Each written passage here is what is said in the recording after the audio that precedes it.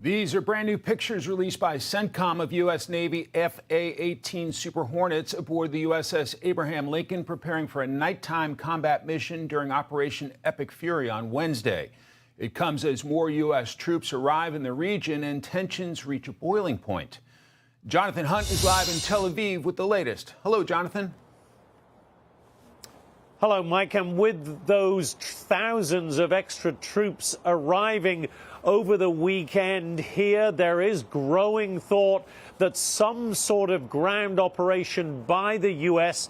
could come soon. In the meantime, the U.S. and Israel on one side and Iran on the other continue their attacks. An Iranian missile struck in southern Israel today, some sort of chemical facility, we believe, and it sent huge plumes of smoke rising into the air in that region. A lot of residents in that area were told to keep their windows closed because of the toxic smoke that was coming from that particular Iranian strike. CENTCOM, meantime, has posted more video of what they say are strikes against Iranian military and regime targets in Tehran and on the outskirts of the Iranian capital. Now, those troops we were talking about, 2,500 Marines arriving aboard the USS Tripoli, which is now, we are told, in the region. That does not mean a ground operation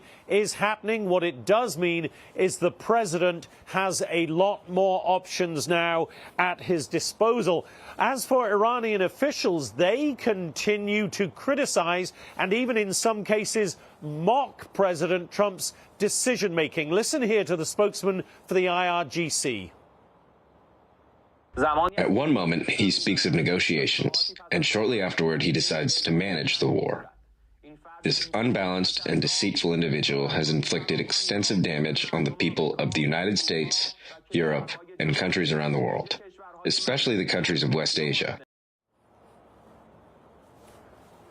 And the Speaker of the Iranian Parliament also mocked President Trump today. I'm not sure why we're showing that video now. That was supposed to be at the top. That's the attack in southern Israel that I was talking about at the top. But back to the Iranian speaker. He talked today on X about the president, and he again mocked what the president is doing in this war. He said the American goal appears to now be opening the Strait of Hormuz, which he pointed out was open before the U.S. and Israel started their bombing campaign. Mike? Jonathan Hunt live in Tel Aviv. We will head back to you if there's breaking developments. Jonathan, thanks very much. Let's bring in Congressman Rick Crawford of the great state of Arkansas, also the chairman of the House Intelligence Committee. Mr. Chairman, welcome. Thanks.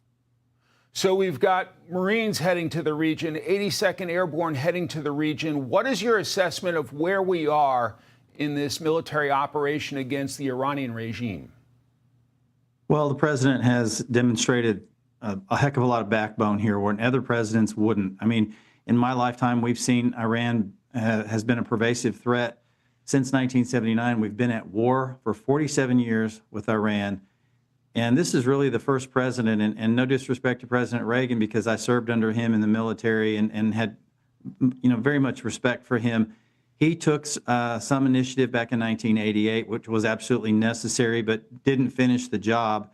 And as a result, the Iranians continued to foment hegemony in the region, continue to act out on American targets, and so on. So this president has demonstrated it's over, and he's taken control. Now you see the strikes that you're showing on the air right now demonstrate the level of precision and the thousands of targets that have been taken out as a result of this leadership. So I don't think Iran and their propagandists are in any position to be mocking the United States, and I would advise that they don't do that. In fact, if they asked my opinion, I would say you probably want to sit down and negotiate a deal, because this is not going to end well for you. I want to play a clip from retired Navy Captain Brent Sadler, and I'll get you to react to it, sir. Sure.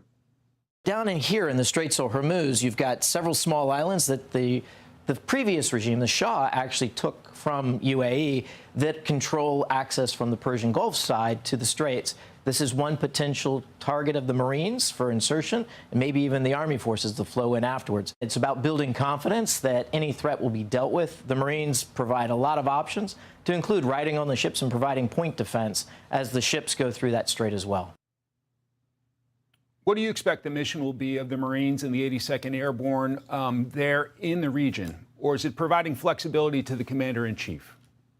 I think this provides a heck of a lot of options to the president, no question about it. And if you think about what the Marines do, they respond quickly. They can do a variety of things, but they are basically there as the initial responder based on the president's orders if and when that becomes necessary.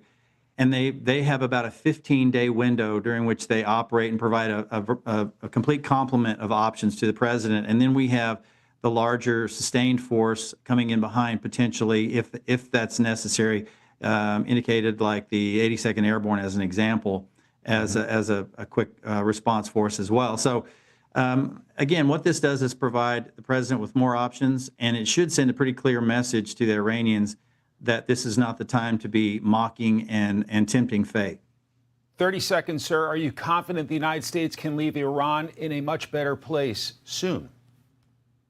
Absolutely. This is right now rests in the hands of what's left of the Iranian leadership, which has been pretty well decimated and caused some pretty bad decision making over the course of the last month. But certainly this can end well if the Iranian people have the ability to rise up and take control of their country and see that they can engage in self-determination on their own terms. House Intelligence Chairman Rick Crawford, grateful for your time today, sir. Thanks very much. You bet. Thank you.